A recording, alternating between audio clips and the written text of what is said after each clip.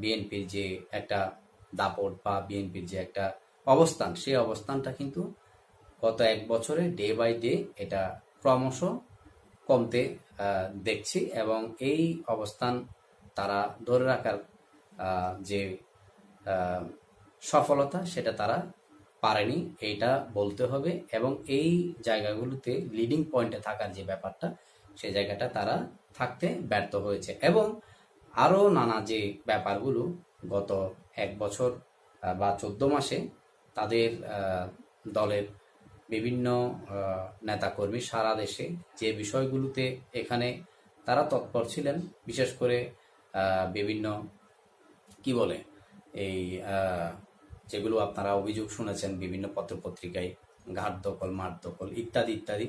But এই জায়গাতে শিবির যে কাজটা করেছে বা জামাত ইসলাম যে কাজটা করেছে, তারা ইউনিভার্সিটি থেকে শুরু করে প্রশাসন থেকে শুরু করে যে সমস্ত বিষয়গুলো আছে সেইগুলো দখল করেছে। ইতিমধ্যে আপনারা একজন উপদেষ্টার বরাত দিয়ে আপনারা একটা নিউজ দেখেছিলেন কিছুদিন আগে, যে প্রশাসন ভাগাভাগিতে কারা ছিলেন এই বিষয়ে তিনি পরিষ্কার করেছেন। এটা নিয়ে আর কিছু বলার নেই।